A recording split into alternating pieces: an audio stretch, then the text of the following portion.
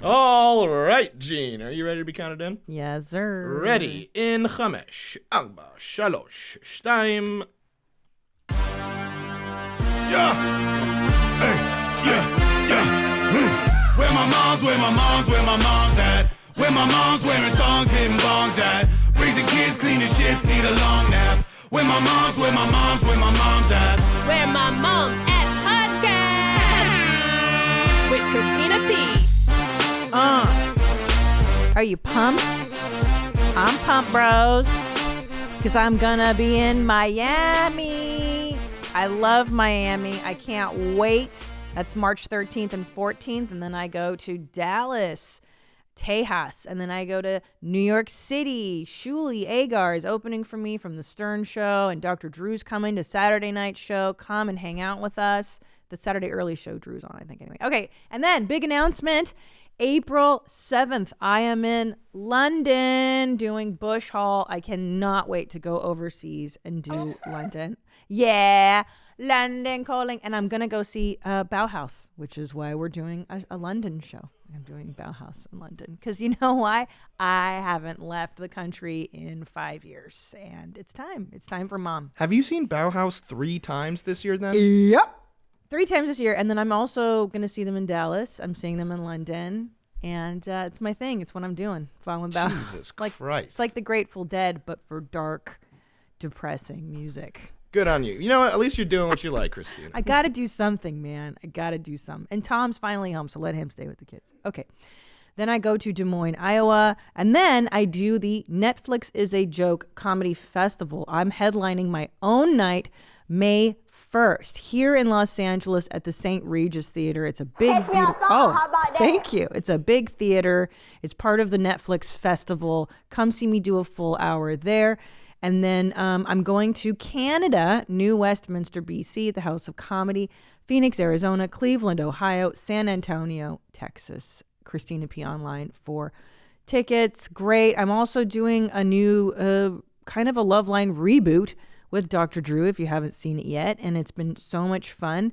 And also, I'm going to start talking to you guys. Eventually, I'm going to have the phone lines up and running for this show because I think what a fun thing to do. But in the meantime, send me your voicemails. Send me your videos. The phone number here is 213-375-5184. The email is wheremymomsat@gmail.com. I love hearing your mom fails, your mom hacks, your general concerns, questions, issues, whatever. We were just talking before we were rolling here. Let's back that ass up. First of all, you may be noticing I'm wearing the flyest jacket on the planet. I am.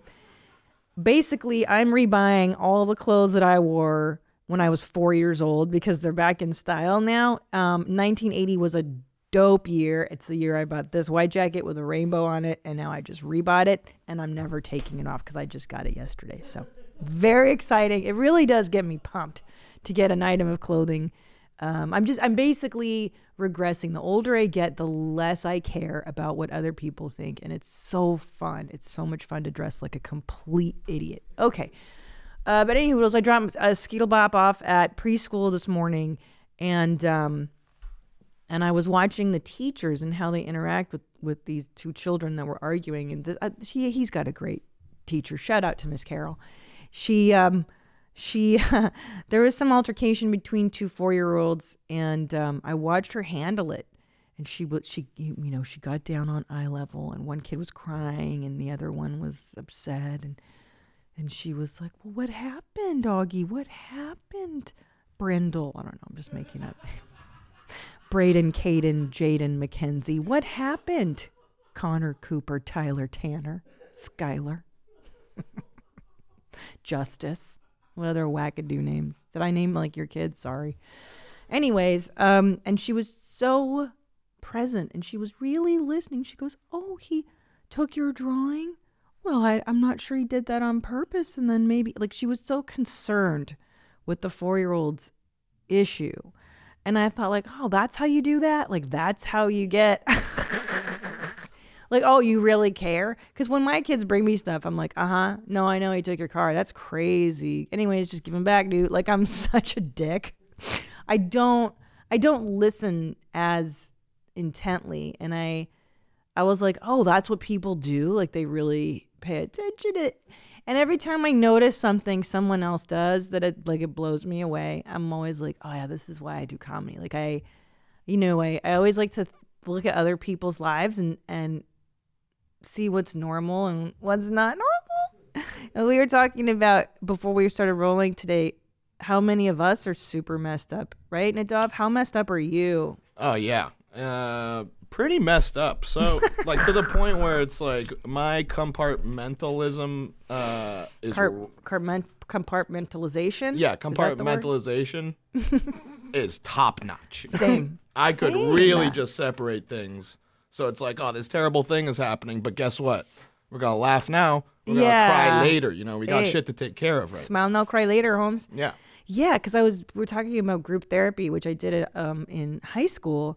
And I remember it was a wonderful barometer to see just how screwy my household was compared to other kids. Because like the other girls would be like, my mom asked me to clean my room today. Meh. And I'd be like, my stepdad got shot at on the freeway because he's a con artist and our lawn got set on fire last week. No, nobody else? Nobody? Oh, okay. And I think that part of these podcasts is really me just hearing your stories and realizing that I'm not completely effed up. But I noticed when we were exchanging stories that Chris was very quiet. I mean, he's pretty silent normally. Chris, how effed up are we on a scale of 1 to 10? If you could just answer honestly, you won't get fired. There's no negative repercussions compared to what you think is normal. Normal. Definitely above average, that's for sure. You're the normal one here, Chris. Chris is the healthiest of us, I'm convinced. So on a scale of 1 to 10, 5 being normal, like how abnormal, 10 being the weirdest, what are we on a scale of what you think? Probably put you at a 6 or 7. Really. Oh, wow. Okay. I mean, because there's really fucked up people. I mean, Yeah. you guys, well, I mean, Tom might be, but you guys aren't sociopaths. No, we're not. So, and we take care of our children and we have a functional life, but probably in the way we think and stuff, huh? What's the Yeah. most messed up about us? Just go ahead and tell us. Go ahead, Chris. It's fine. It's safe space. Safe space. What's safe the thing space, that Chris. we say that makes you judge Yeah. us the most? Yeah. What blew your mind the most recently? Go ahead. Oh my god. You can say it. It's okay. I'm not gonna fire you. I love you. You know you're doing a great job here. No pressure. The problem is I've been here a while, so now I'm sort of just inoculated to all the crazy So shit. it all you say. now feels normal to you And now? yeah.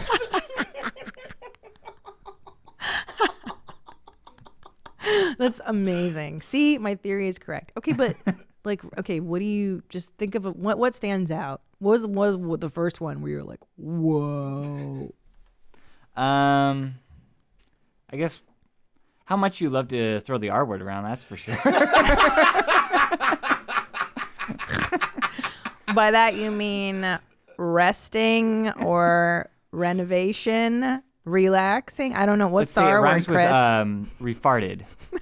Regarded. Regarded. That's Well- what autocorrect you. Well, listen, that's for your mom's house. That's a different show. That is a different show. And I do that because I'll tell you why I like to throw around inappropriate words for things, because I believe that this obsession with renaming things is A, arbitrary, and B, it doesn't really solve a problem, and C, it's for these SJ dubs to feel good about themselves. And they don't really do anything to help people that are Down syndrome. Like the people that are most of the warriors that stand up and act offended, 9 times out of 10, they're not actually doing anything to help the very people they're defending. It's a lot of softening of language and hypocrisy. And for instance, we used to call PTSD. Now it's PTSD. It used to be called shell shock, which is pretty great for a name. It's on the nose. It sounds so rad. Shell shock is what happens when you go into war, but now it's a syndrome and it's softened and it takes out the impact of that word. So that's why I use words because they're meaningful. I will And- say that you have definitely Yeah. caused my vocabulary to change Yeah, since good. I worked with you guys. Good. And I think it's happening to Chris now. Because I remember, like, Yeah. I was following the lines of the SJW, like, new rules, where it's just like, Nope. oh, we can't say this anymore, we can't say that anymore.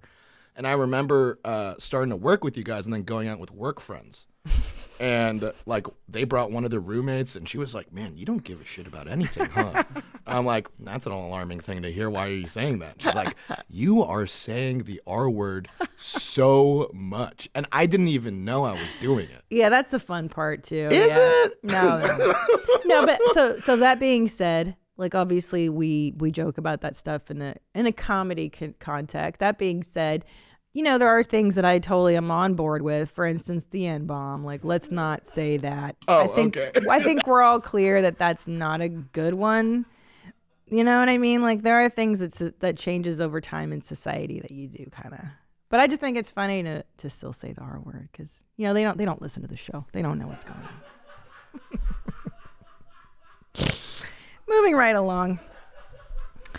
I got this in the general mailbox. I certainly like this one. Hi, Hitler. My name is Bar. I'm not a mommy, but I love your podcast. First of all, my husband and I were at your show in Mom Friend Disco, and you were hilarious. Oh, thank you. Yeah, thanks for everybody who came to San Francisco. It was bananas. It was like all my shows were crazy, sold out, crazy energy. You guys were the best. The best. It was fantastic. I'm still like on the high of San Francisco, so thank you.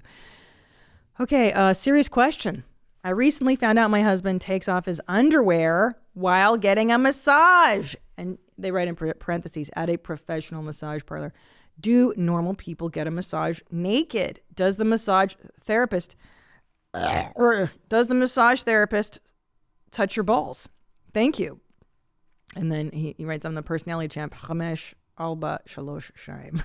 Oh, you're saying that perfect. Thank you. I've been listening to the master. So the real issue here is, do you take off your panties while getting a massage? And I will answer that personally. I didn't used to.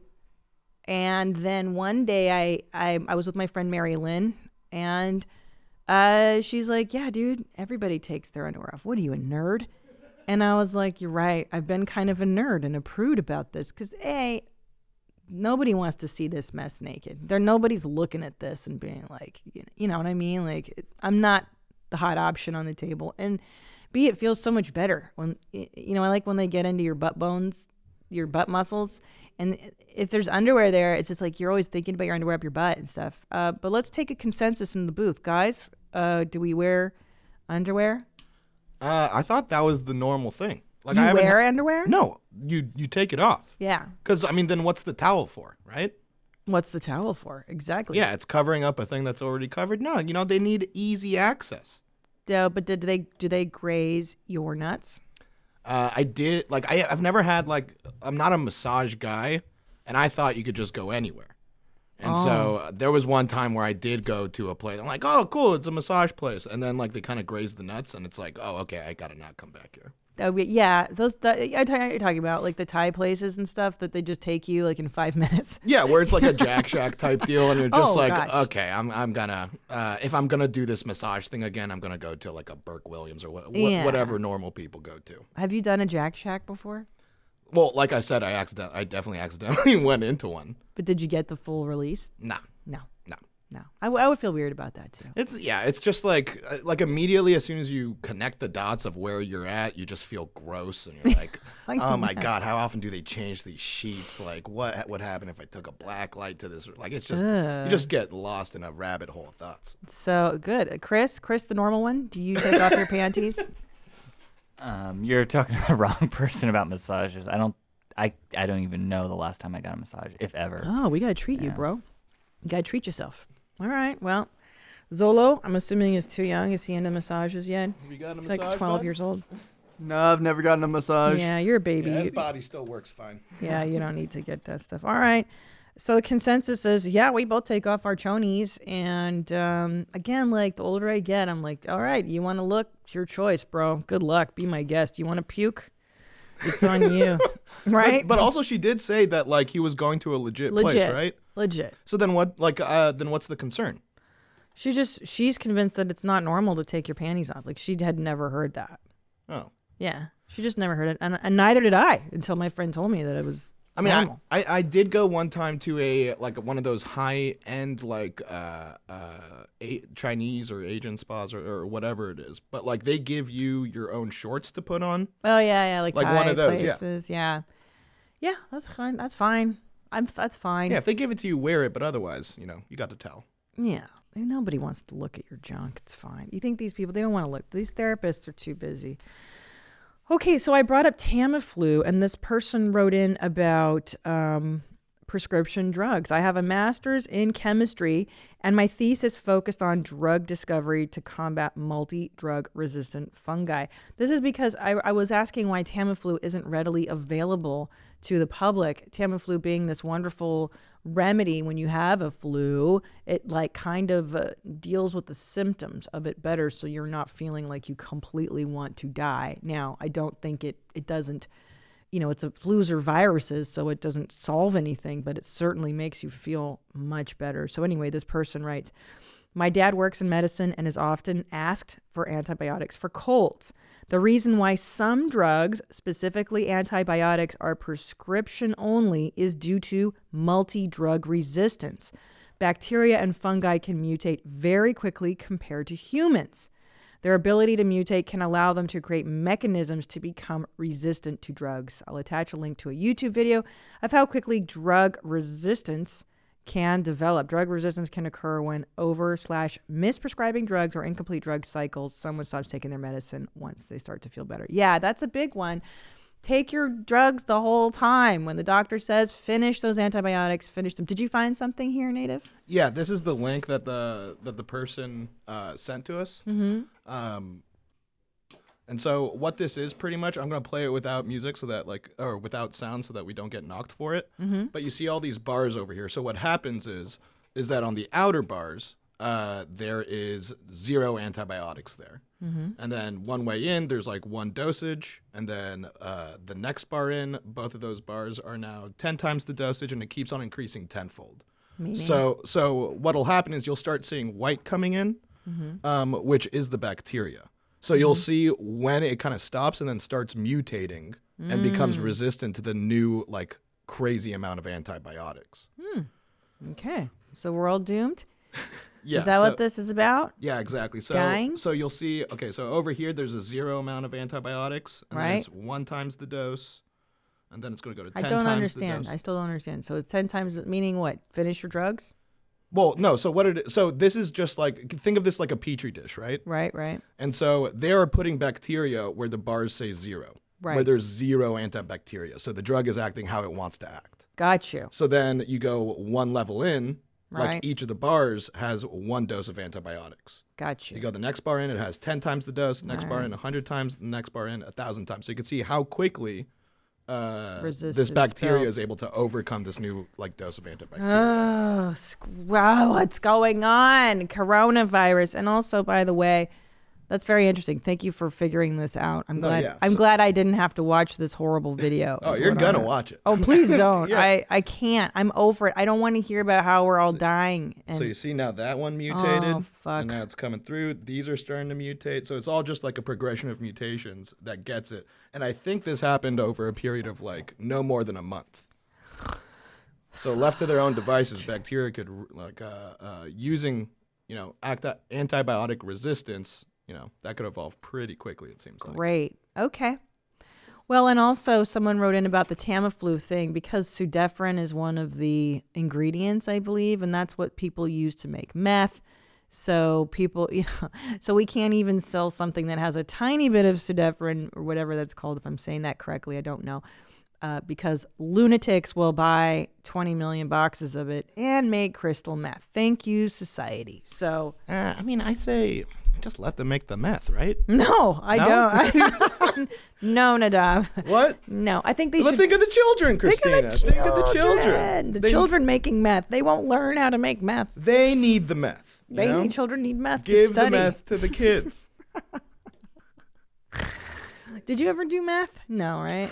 No. That's not a thing that you recreationally I think I'll try a bump of meth. I think that your generation is severely lacking because in my generation in the 90s, I'm telling you, it was prevalent to take meth to get through the SATs. And I swear to God. No, see, but we do cool drugs. Yeah, we do like shrooms, we do acid, we do stuff that doesn't ruin your life, Christina. Or at least that was my mentality towards drugs growing up. Well, my friends, there was a big thing about doing really well in the SATs and getting good grades to get into college. And there was like a meth epidemic in the 90s. I swear to God. Hold on. Did you have a situation where someone was just like, hey, you want to take some meth before we Yes. start? Really? Girl, my friends, I had a circle of friends that were doing meth to stay up and study at night to get straight A's to get into college. I promise you this is real. Nerds. Nerds Like were doing straight meth. up meth, or like that episode of Saved by the Bell where No. Jesse takes caffeine pills? No, I'm saying meth. Like my goth friends, I had a friend that went to this public school, and he was like a academic decathlon nerd. Like he was trying to get into an Ivy League school, and he was taking crystal meth to stay up and study and do really well. I swear. to God. And how'd that go? He got into Brown. He did great. He's a genius. He's a millionaire now. He did. Listen, it doesn't always ruin your life if you can get off of it in time. I mean, we're not idiots. We all stopped. I didn't do it, but my friends stopped doing it. Then nobody does it anymore. Did it ruin their brain chemistry? Yeah, some of them make bad decisions. But that guy was still smart. Now, he did mouth kiss his mom and dad goodnight and his little sister, which I think is really weird to mouth kiss your sister goodnight. Mom and dad, when you're a little kid, I can see. But How little? What's the cutoff? Oh, dude, they were teenagers. And this guy would mouth kiss his little sister goodnight. Teenager? Yeah, bro. Like between 13? Yes. We were Ooh. like 15, 16, and then his mom and dad would come in and say goodnight to your sister, and he'd be like, all right. And then he'd go into her room, mouth kiss. He would mouth kiss his dad. He was 16, and then mouth kiss the mom. The mom would mouth kiss. I mean, it was so bizarre. So freaking bizarre. Jesus, when was the last mouth kiss you gave your parents? Never.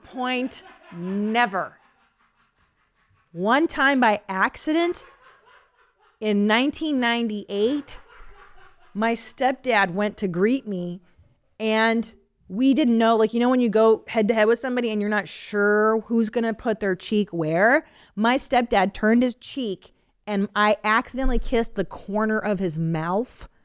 I've been thinking about it ever since. Yeah, that was 98, bro. Really fucks up your day.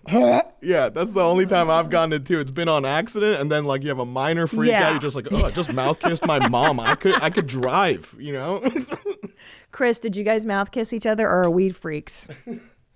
I can't remember. That's I a feel yes. like All right. we definitely Yeah. didn't mouth kiss kisser. after like, I don't know, the times that I can remember. Like, I don't know, Like 10, 8. Yeah, I don't because know. small children, like, don't write in to me and tell me I mouth kiss my 4-year-old. Yeah, that's different. They're babies. But I mean, like, when you're a teenager, you're not supposed to be mouth kissing your kids. Yeah, definitely not as a teenager that ever No. happened. You're No. supposed to be hating your parents. Yeah. Yeah. I remember hating getting kisses from my grandma when I was a kid. I wasn't about to mouth kiss my mom. You hated your grandma. She would mouth kiss you? No, she wouldn't mouth kiss me, but she would try to kiss me because I'm her grandson. And I was like, no, I don't want to, Grandma. I know.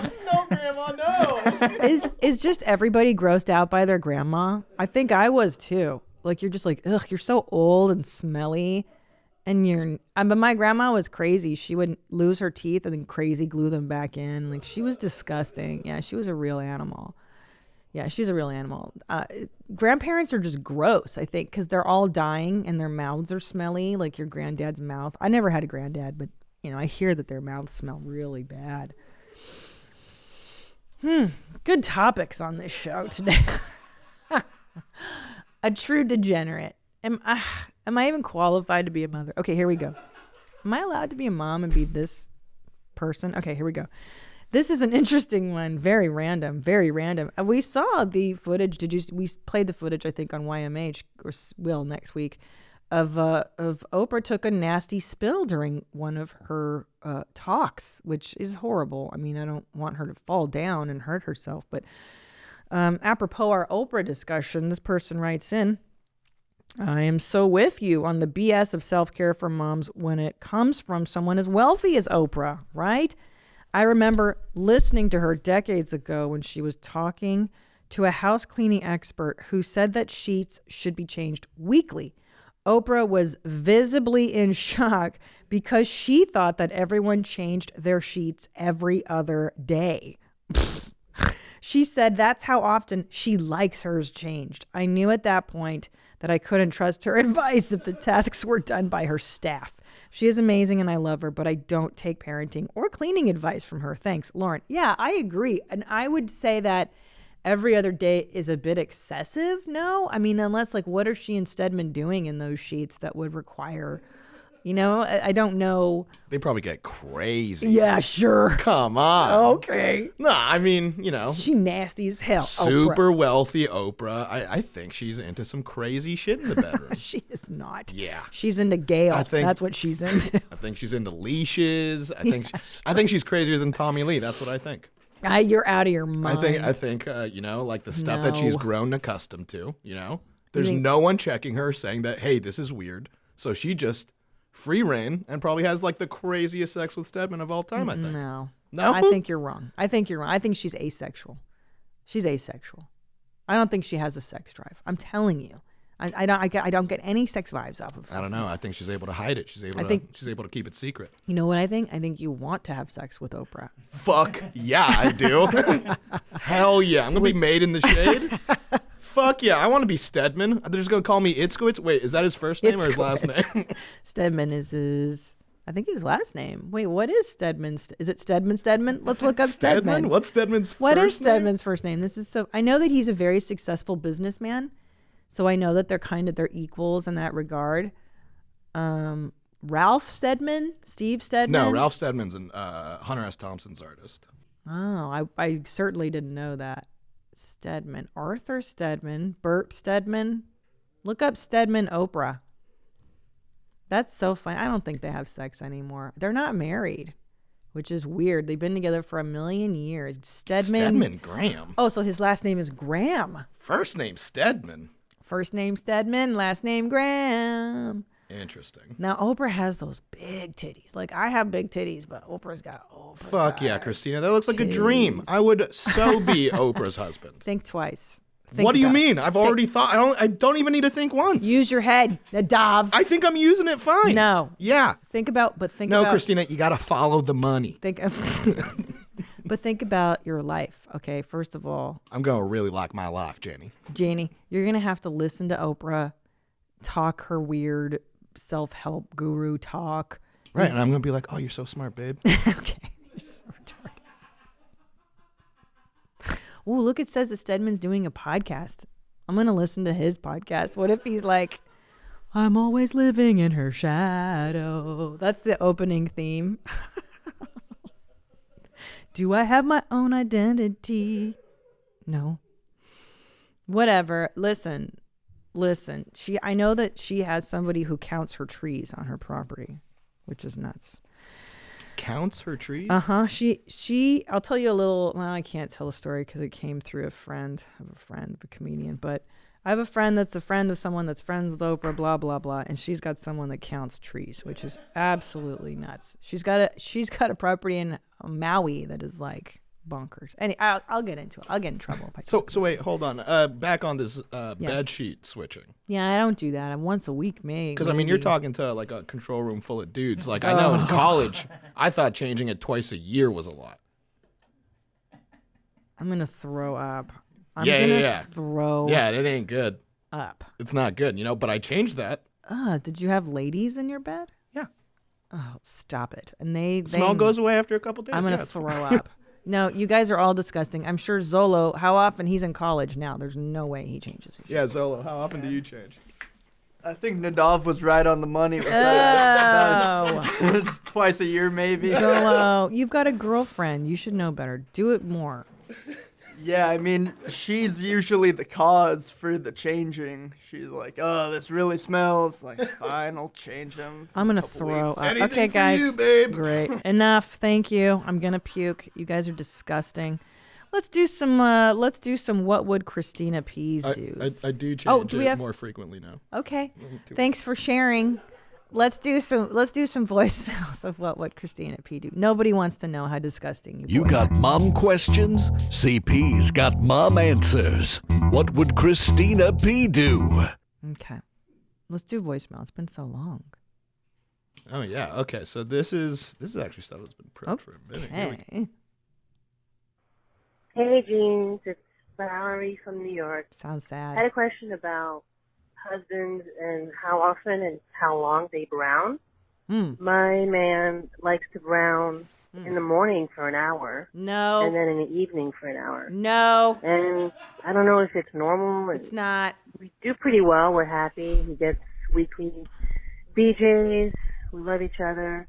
So I know he's not trying to avoid me. But anyway, thanks, Jomo.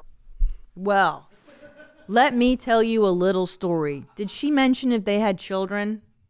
I don't know. I don't think so, but she did say they were happy. Okay, well, let me tell you a little story. You're going to love this. I have a friend whose husband was going to the doctor complaining of nerve damage to his left leg. Now, this guy was very athletic, very in good shape, okay? He's not like overweight or there was no weird injury. Just one day, his left leg started really, really bothering him. So he goes to the doctor. The doctor says, oh, you've got this nerve thing. We're going to put a cast on it. You have to relieve the pressure. You can't exercise. You can't do it. I mean, basically, this guy who was very active is now immobile. And it's such a bummer. Well, they've been trying to solve the problem. They can't figure it out. And finally, the doctor says, well, are you sitting down for a long time? The guy says, I mean, yeah, I sit on the toilet and I watch my videos. And the wife goes, no, boo-boo. You sit on the toilet for like an hour in the morning and like an hour at night. What are you doing? I got the kids. I need your help. And you're in there watching your goddamn videos. Turns out, sitting on the toilet, watching videos and avoiding the wife and the kids is what was leading to this guy's nerve damage in his leg. And he admitted to it eventually. He said, you know what? Oh, God. He goes, yeah, you're right. I sit there and it's like me time.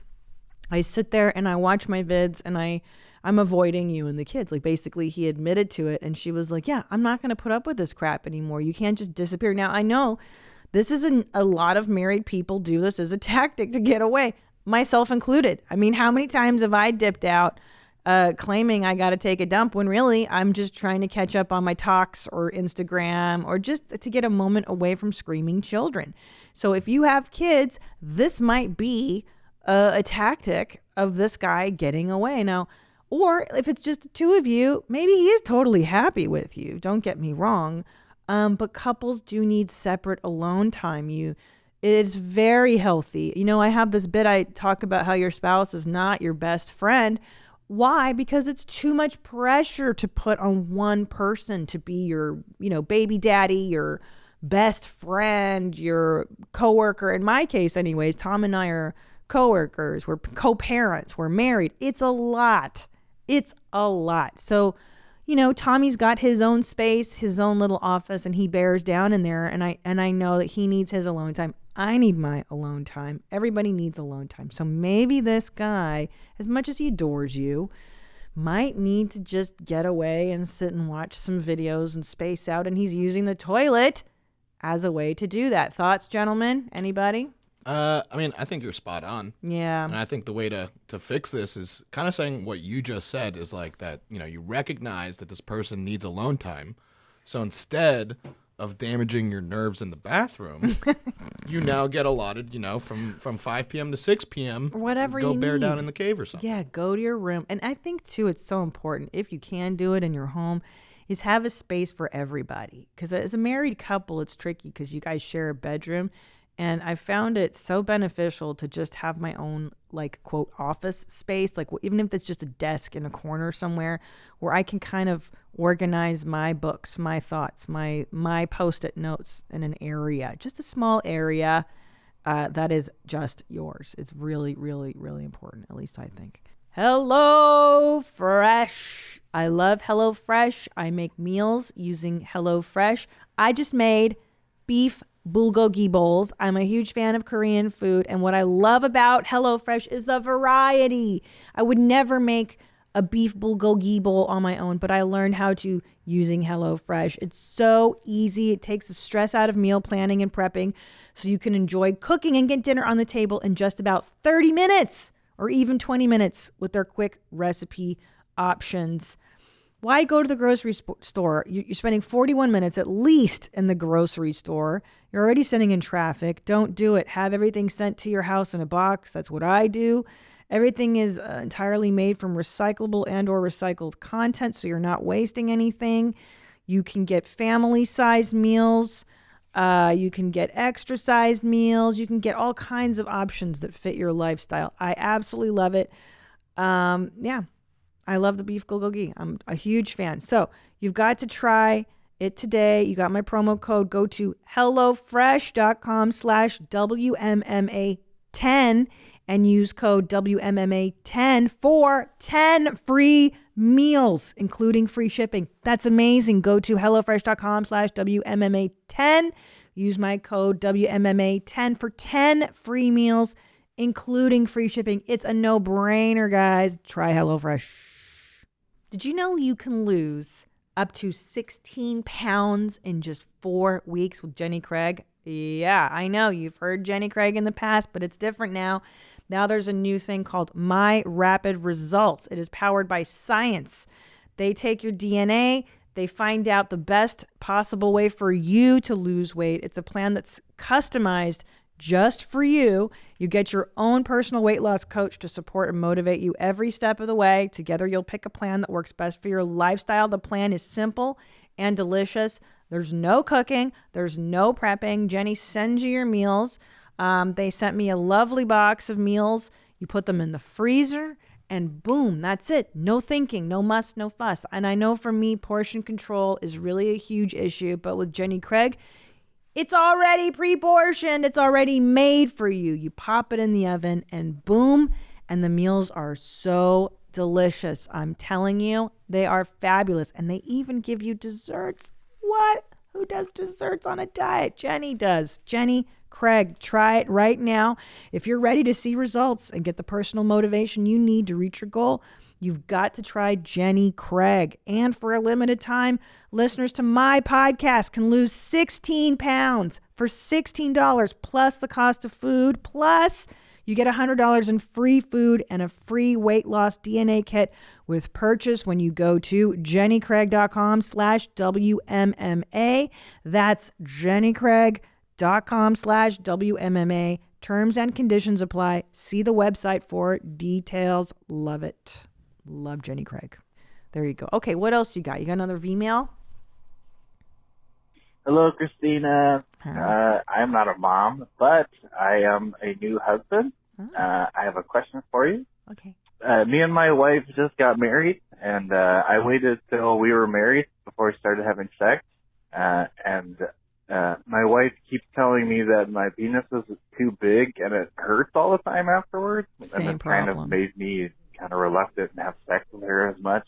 I was just wondering if some of that goes away over time, or I don't know. It's just kind of very off-putting to me and puts me in a weird situation. Gotcha. I'm wondering how to handle this because it's something I want to be pleasurable, but it just seems to end in pain all the time.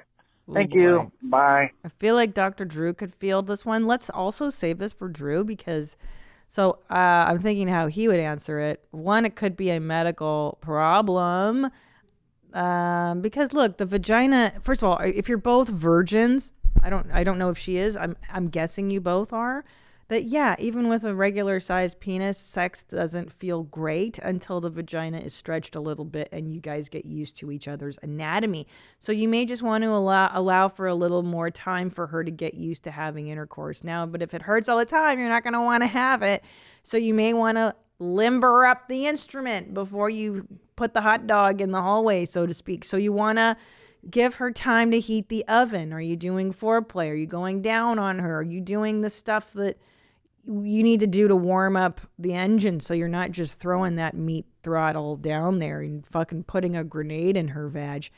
Because that's what that feels like, Nobody wants to have John Wick 3 in their cooch every night, which is why I tell women don't marry big penises. You want to marry an average size penis if you can, because in the long run, you're doing the deed every night. You don't want it to be a massacre, but too late for you and her. So also, you may want to get her checked out for medical stuff. I'm hearing Dr. Drew in my head right now say She could have endometriosis. She can have ovarian cancer. She can have uterine caca. Whatever it is that he's going to tell you, those big fancy words that I don't understand. Your Dr. Drew voice is real spot on.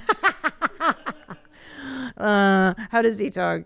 I like Just when like that. It could be endometriosis. It could be pulmonary embolism. I like when he goes, that's not what I'm talking about, when he gets high in his register. Oh, that's so crazy. I don't know what you're talking about. This is embarrassment. This is embarrassing. I'm so embarrassed. Yeah, so let's start with the medical stuff. Rule out any of that. Second place could be hormonal. Is she on a birth control pill that's making her vag dry?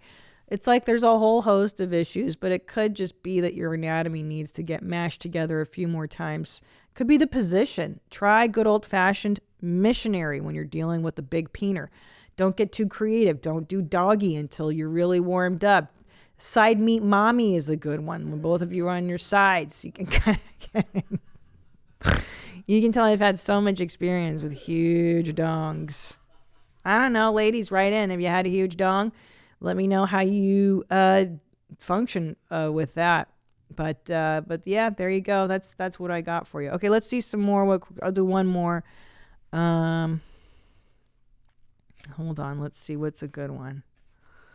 Cutting hair. Friends are ruining my life always. Jesus Christ. No, I don't know. What do you think, Nadav? You can see any good ones? I think the haircut one was Let's interesting. do that one. Super cute. Yeah. I hate cutting my children's hair. I love it when my boys have crazy long hair. Okay, let's see. Christina P. and the whole gang. Hi. I love the show. Thank you. As well as YMH. Thank you. Let me tell you.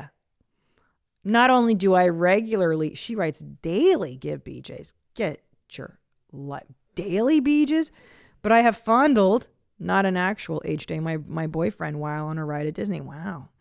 I might have even attempted a BJ on Pirates, but if I recall correctly, I was too shy. Well, there you go. Okay, she writes, my son is 2, and I'm having a hard time wanting to cut his hair. He has beautiful, voluminous, Chris, go ahead, voluminous. Is that how you say that? Voluminous hair, curly hair. Voluminous. Thank you. Voluminous, curly hair. It's past his shoulder when wet. My boyfriend hates when people automatically assume he's a girl. I suggested we cut it before summer, but I honestly don't want to. I do not know what to do, Mariana. Well, listen. First of all, how dare you gender your child? Has he told you what his gender preference is at 2? I think this is child abuse. This very question is child abuse. I'm just kidding. Look, it's really what you guys can tolerate. I started cutting my boy's hair when people do assume it's a girl. That's literally when I was like, all right, it's time. Because otherwise, I do love it long and curly. My boys both have curly hair too when they're little, and I love it. It is so effing cute on a little boy. But once people started to misgender Ellis is when I was like, all right, it's time. And then when people were misgendering Julian, I know. It breaks my heart, and I save every strand that hits the floor on like every haircut that first year. I do. You wouldn't believe it, but I am such a softie. I collect like their nail clippings, their dirty diapers. I jar them and I keep them in the basement. Just kidding. Just kidding. Somebody's doing that right now. If you can conceive it, it is happening. Wait, right do you really now. save their hair though? Every strand for the first year. Okay, so that's not a joke, but everything No. else is? Yeah. No, you don't save Nail their- clippings? No, I don't save Dye-dyes? I save their brown, only their brown dye-dyes, and I keep them in mason jars. I like the mason jar because it keeps it airtight. The pee evaporates, but the brown stays forever. Well, I keep their first brown. Your mom doesn't have your first brown diaper? Don't think The so. meconium? I think there's an envelope full of teeth somewhere, but other than that. No, I don't keep their browns. I do keep their hair. I will keep their teeth. I keep their first birthday stuff. I keep their first birthday card. I keep everything.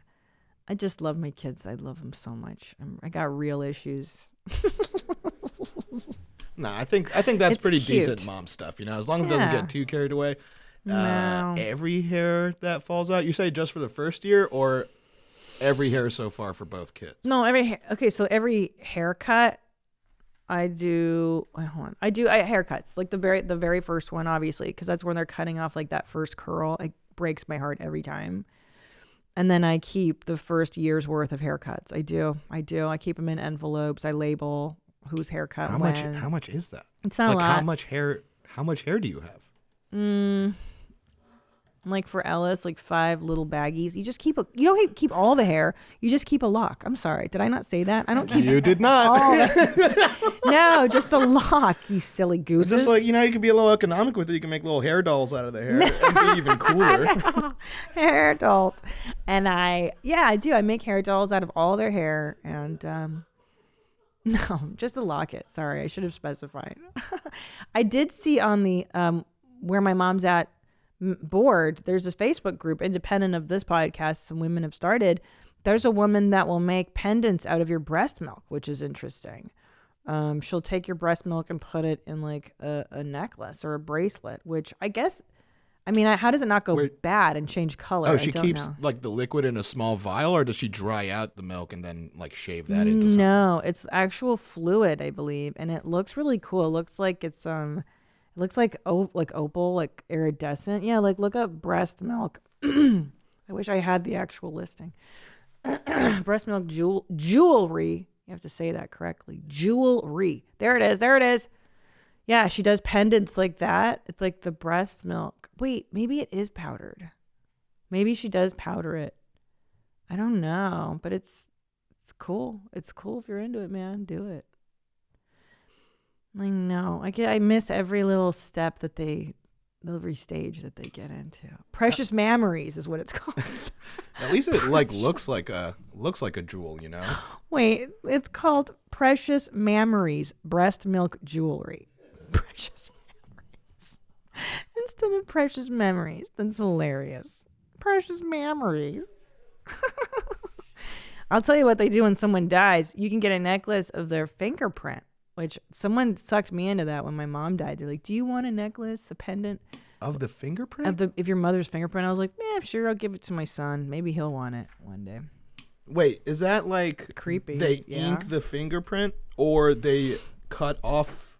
Yeah, they cut off the skin, and then they just take the corpses. I don't know. I've seen a couple episodes of Ripley's Believe It or Not where they like remove tattoos from people after they've died. No, and then like frame it and stuff. No, I think they took like an imprint of my mom's fingertip when she was dead, and then they make a silver mold of it. So it's like you just see I don't know, dude. It's so morbid. It's kind of cool, I guess. If you had a good relationship with them. Not really. Yeah. Okay.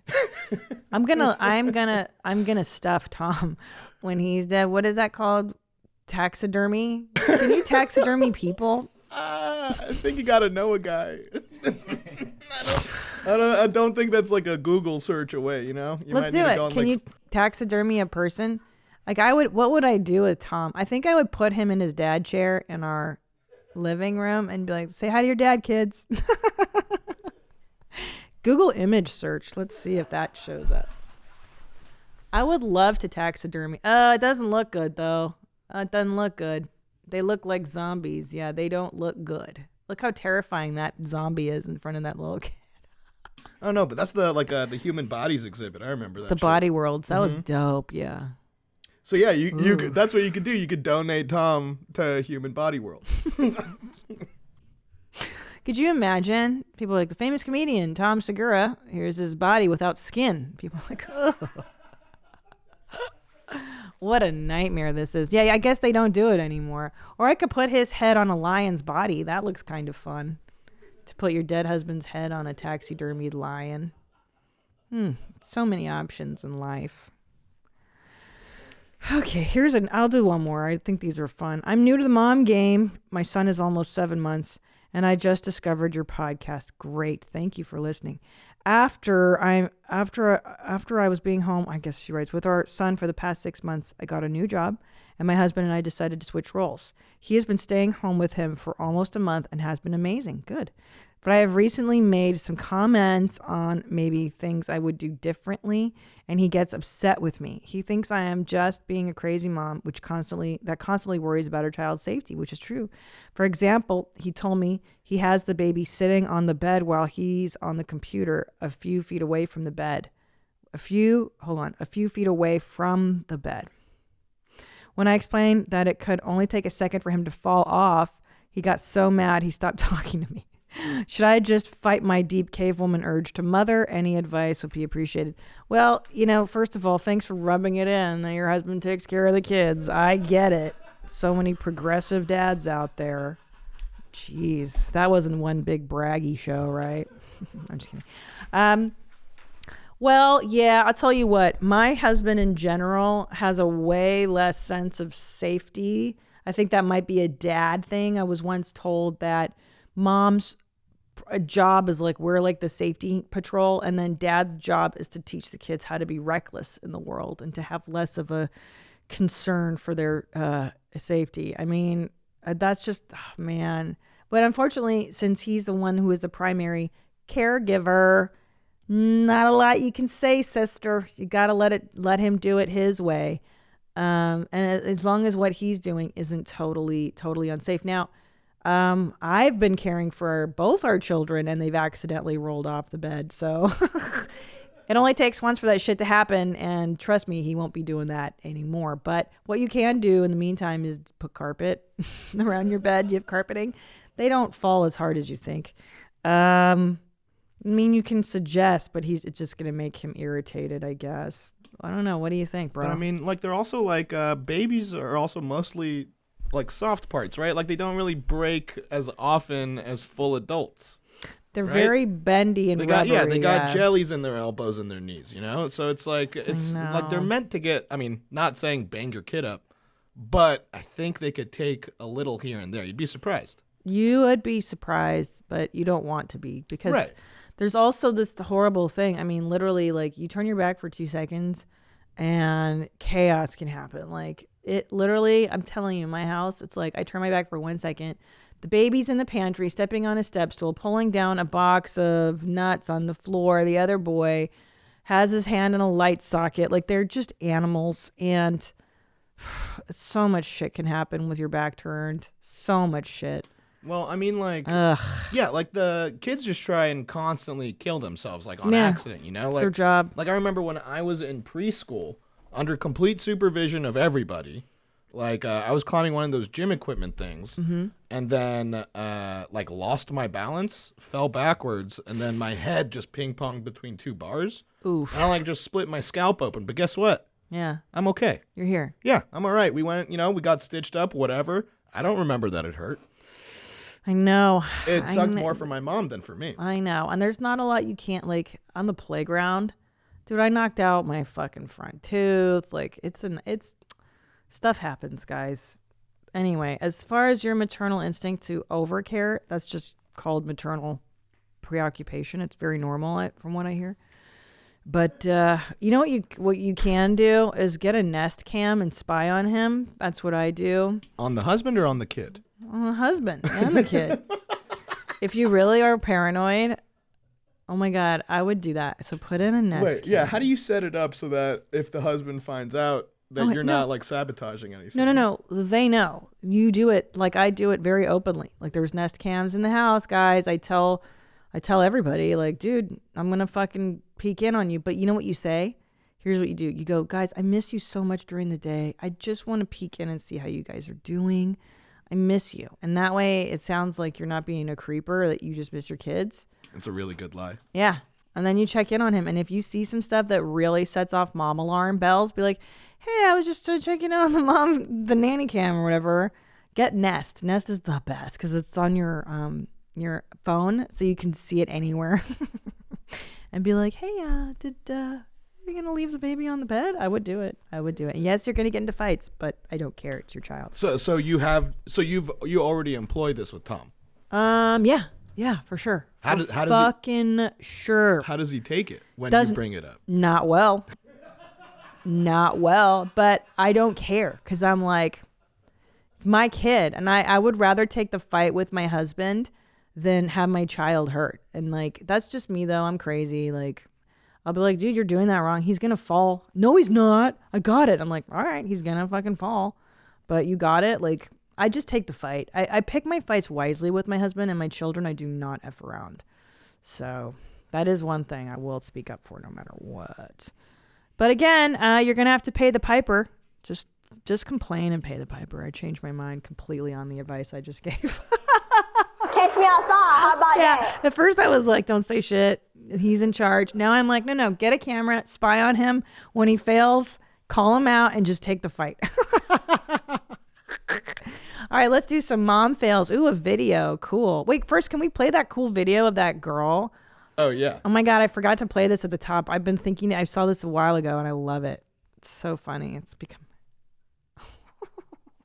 For the people that say, like, I don't like to wear a lot of makeup, or like, that's so much makeup, I could never wear that much. Could you never wear this much, or do you just not know how to do it? I'll leave that there. Just a question. That's so funny. That's so funny. So, I mean, I'm no expert here. Yeah. But is this objectively a lot of makeup? Yeah, it's too much. There's It's a way lot too going on. I'm seeing outline on the lips. I'm seeing like a gradient fade on every part of her face. Well, what happened is the Kardashians started this facial contouring stuff where you take like different colors of tan basically, and then you blend them to accentuate your features or to de-accentuate a nose or whatever, a brow, blah, blah, blah, blah, blah. But those women have professional makeup artists who do that for them. And this girl doesn't. Like, she's just doing it. And you can do it if it looks like dope, like, But I think she looks I think it's bordering on mental illness. I don't think it looks, personally, it doesn't look good. You know what my favorite part about seeing faces like this? the trauma? The spot that they missed right. Yeah. I know. There's always a spot. Yeah, it's kind of like it's almost like a Trump side. Like when you see that, like his, like, missed a spot on your scalp there, bud. That's kind of what this feels like. It's tough, man. It is. She doesn't need it. I feel like she's cute without it.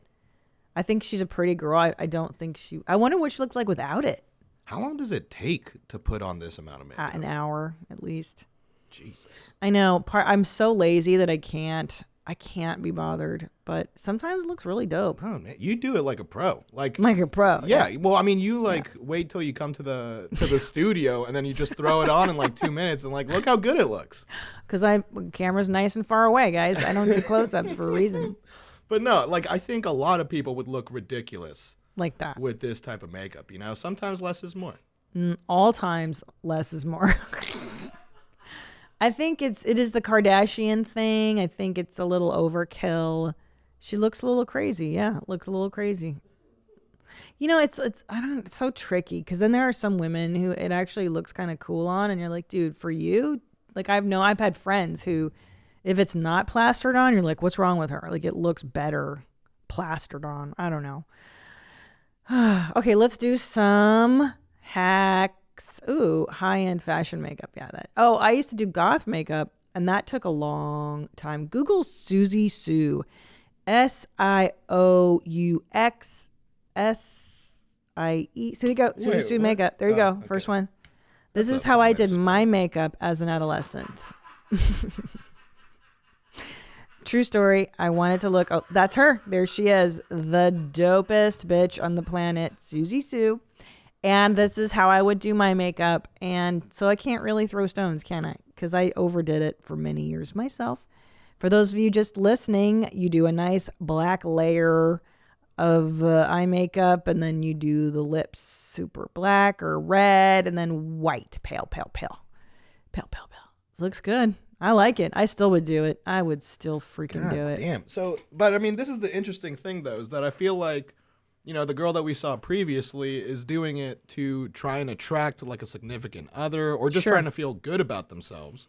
Sure. But I feel like goth makeup is a completely different lane, completely different league. Oh, it was don't look at me. I don't even want to talk to you. It's more like cosplay, I want to say, unfortunately. But to look like what? Like a dead body? Oh, no, you want to be a vampire. I wanted to be... No, dude, I thought I was Susie Sue. Like, I wanted to be undead. I wanted to be... If somebody would have offered to make me a vampire, I would have been like, yeah, dude, 100%. Look at how dope that is. Because you feel like a superhero. You're just being a character. It's basically just... It's theatrical. I love it. Oh, I still love her. Look at that bad bitch. There you go, Susie Sue. Shit. Looks dope. Oh, I love it.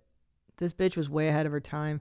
She doesn't get any kind of cred for being as fly as she was. So she's the godmother of goth, of the goth scene? Oh, yeah. So back in the day, like punk, she was like 15 years old and she started a punk band back when it was cool in London or whatever. And yeah, she started Susie and the Banshees when she was a teenager. And she basically founded like new wave, punk, whatever, goth. She's one of the founding bands. Yeah, she's dope. Here you go. Shout out to Susie Sue. Anyways, all right, let's do some mom hacks. I don't think Susie Sue became a mom. But she's my mother. She's a mother to me. All right, do we have voicemail? No, these are emails, and we have some pictures accompanying some of these. Oh, bitchin'. All right, let's do it, dude. Oh, this one I got this morning. I really like this one. Here's a great mom hack. Making kids take medicine. My son is 4 and it's a real struggle to get him to take medicine when he's sick. It doesn't matter what color or flavor, he always refuses until I found this mom hack. Put sprinkles on it. This is brilliant. You're right. Kids will eat anything with sprinkles, and she's got it's you just put like a colored sprinkles on the liquid medicine, and they love it. Now, what I did when my kids had to take like liquid penicillin, amoxicillin, whatever, is I would say, "Who wants some candy?" And I would lie and be like, "Look how yummy candy this is." And then I gave it to Ellis one time, and he's like, "That doesn't taste like candy." I'm like, "No, it's so good." Does that still work, or have you had to like evolve? Yeah, candy. Who wants their candy? I want the candy. And then they get competitive over who gets to have their candy. So what's gonna happen? Like, because I mean, Ellis is gonna get to an age where he's gonna be like, "That shit don't work on candy. me no more, mommy." I put honey in it. Just a spoonful of honey helps the medicine go down. Remember that song? Mary Poppins? Truth. Just add Spoonful of sugar, yeah. Right. Honey's better though, more natural. Yeah, just a spoonful. Or maybe like mix it into some cereal or something. Sure. My dad tried to trick me one time. He mashed up my penicillin in ice cream, but he did it when I was in the bathtub. So by the time I came out, it was all melted. And he's like, "Eat the ice cream. Eat it. It's good."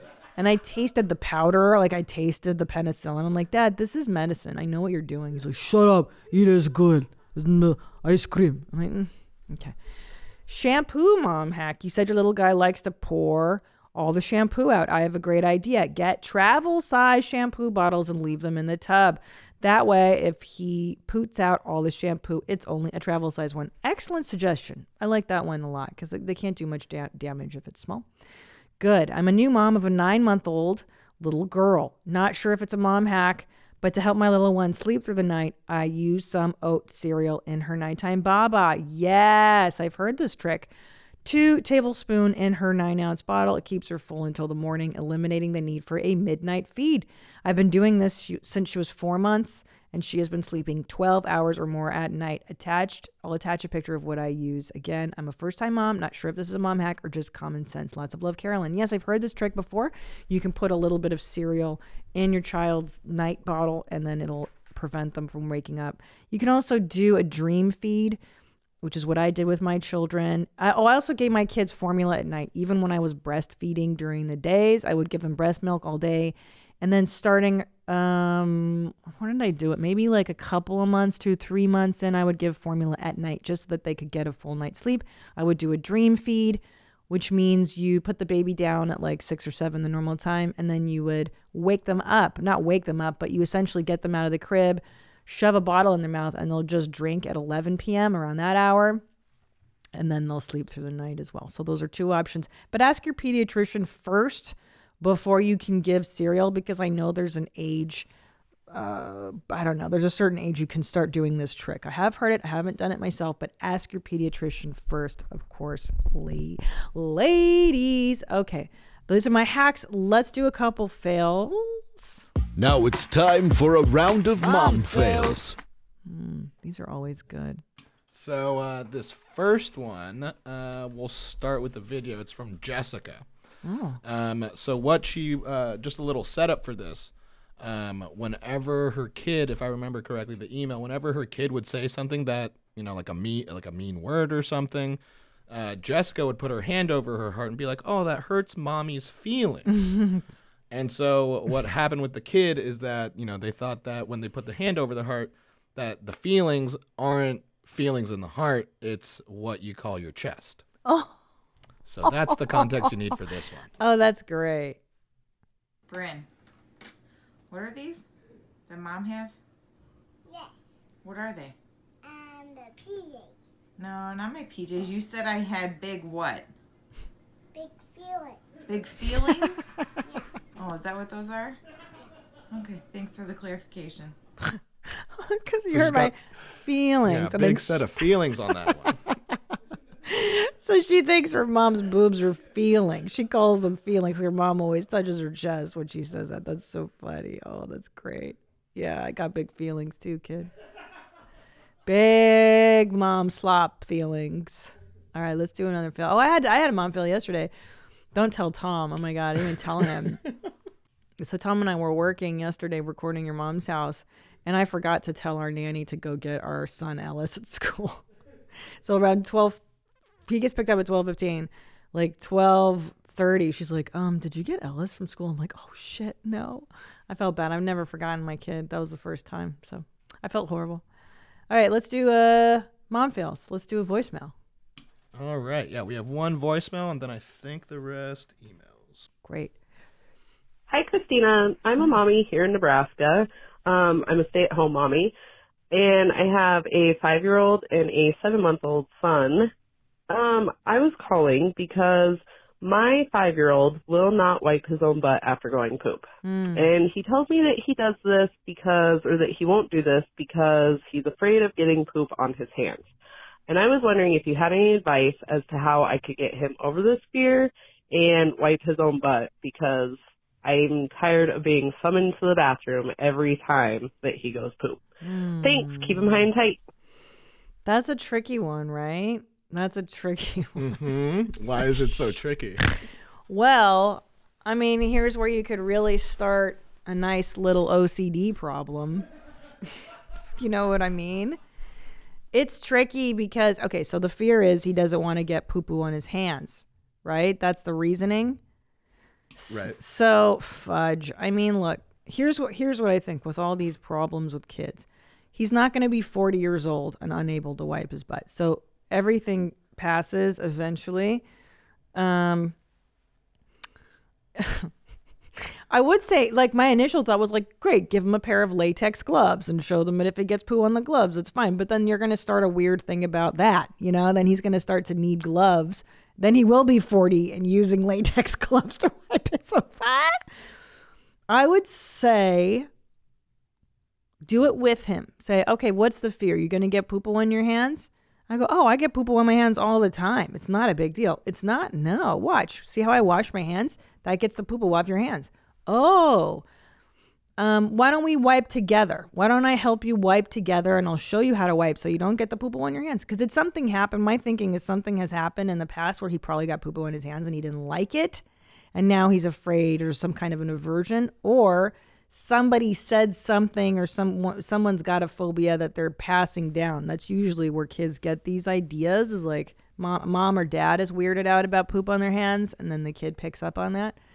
I would do it, wipe with him a few more times. Like, he holds the tissue, but maybe you guide, so you guys do it together. Great. You want to do it together? Great. And then eventually, do you think you can do it on your own? And once he sees you do it together, maybe, and he sees that even if there is poo-poo on your hands, I would even get some poop on my hands and go, oh, look, no big deal. Let's go wash it up. Poo-poo gone. Show him it's not a big deal. And then I think that's the remedy. That's always kind of what I do with fears. My kid had a real fear of... I think that's a great move. You think so? Like doing it together, maybe? Like, I think there's poop on my hand. No I think big it's deal. showing that the soap gets the poo-poo completely off. Yeah. I think that's the thing that they're going to, like, take back from that. Just like, oh, sure, I get poop on my hands, but this is how I get rid of the poop. Yeah, no biggie. And I would, like, come up with, like, oh, you want to wash your hands? Wash for 10 whole seconds. 1, 2. So make it like a thing so that if it does happen, there's a remedy. You wash for 10 seconds or whatever the heck. Yeah, you got a problem. Here's a solution. Yeah. Because, like, Ellis had a real fear of automatic toilets that would flush, because one time we were at the mall and it just freaked him out and he wouldn't go in public for the longest time. And then one day he was like, all right, I'm ready to go pee in public. And we tried to get him so many times. It was horrible. And one day he was like, all right, I think I'm over this. And he just got over it. Now he's fine. So they do get over these things, these weird things. Again, one time I saw this kid at the playground and the dad goes, this boy was like 2.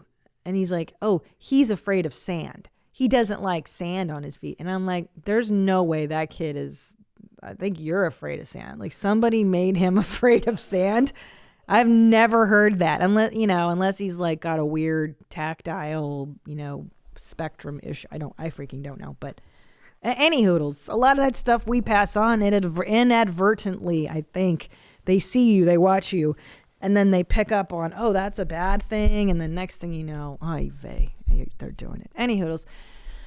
Guys, thank you so much for sending in your things. Email me, whereamymoms@gmail.com. Leave me a voicemail, 213-375-5184. Send me videos. I love your videos. Let me know your hacks, your fails, what you're grappling with right now. What's the hardest part that you're dealing with about being a parent?